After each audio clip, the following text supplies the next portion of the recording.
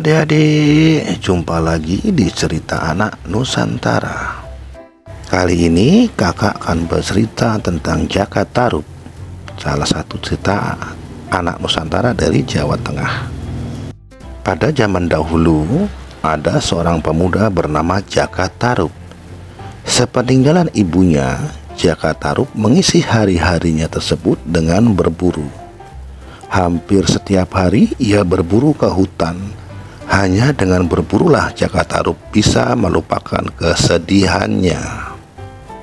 Begitu juga dengan pagi ini, Jaka Tarub pergi ke hutan sambil berburu seperti biasanya. Ketika sampai di hutan, ia hanya menunggu hewan buruan lewat di depannya. Tetapi tak ada satupun hewan buruan yang ia dapatkan. Jaka Tarub lalu pergi ke sebuah danau. Jaka Tarub pergi ke danau Toyawening karena kehausan. Tiba-tiba ia mendengar suara gadis-gadis yang sedang bercanda. Mana mungkin ada gadis bermain di tengah hutan belantara begini, pikirnya. Suara itu semakin jelas. Jaka Tarub mengintip dari balik pohon besar.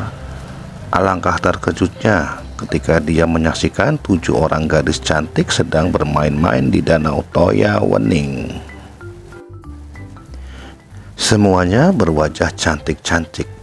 Dari percakapan mereka, Jaka Tarub tahu kalau 7 orang gadis itu adalah bidadari yang turun dari khayangan. Apakah ini arti mimpiku waktu itu? Pikirnya senang. Jaka Tarub melihat ada tumpukan selendang di atas sebuah batu besar di pinggir danau. Selendang-selendang itu memiliki warna yang berbeda-beda. Jaka Tarub berniat mengambil salah satu selendang tersebut. Dengan hati-hati, Jaka Tarub berjalan menuju selendang-selendang itu. Jaka Tarub mengambil yang berwarna merah.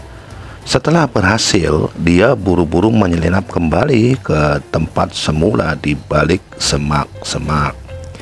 Tiba-tiba terdengar aba-aba dari seorang bidadari. "Ayo kita pulang sekarang, sebentar lagi hari akan gelap."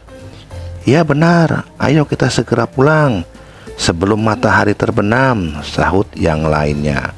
Dan akhirnya para bidadari itu pun keluar dari danau.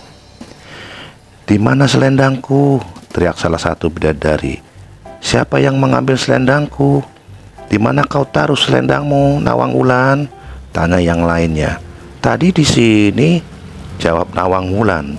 Ia terlihat sangat panik karena tanpa selendang itu dia tidak akan bisa kembali ke khayangan.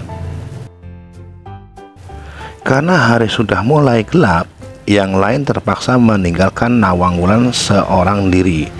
Dia hanya bisa melambaikan tangan kepada ke-6 temannya yang terbang menuju khayangan. "Mungkin sudah nasibku untuk menjadi penghuni bumi ini," pikir Nawang Wulan sambil menangis. Dia lalu bergumam, "Barang siapa bisa menolongku, akan kujadikan saudara jika dia seorang perempuan. Namun jika dia seorang laki-laki, akan kujadikan suami."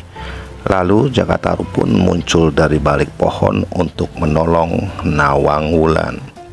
Jaka Tarub pun menikah dengan Nawang Wulan, seorang bidadari dari khayangan. Mereka pun dikaruniai seorang putri yang sangat cantik jelita yang diberi nama Nawangsih.